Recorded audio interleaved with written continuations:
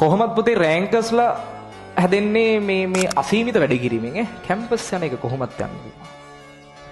ඒක වැඩ ටික කරගෙන හරියට කරගත්තා නෝමලි කැම්පස් යන එක කොහොමත් වෙනවා. විෂයන් තුනේ හරියට සෙල්ලම් කරගත්තොත්.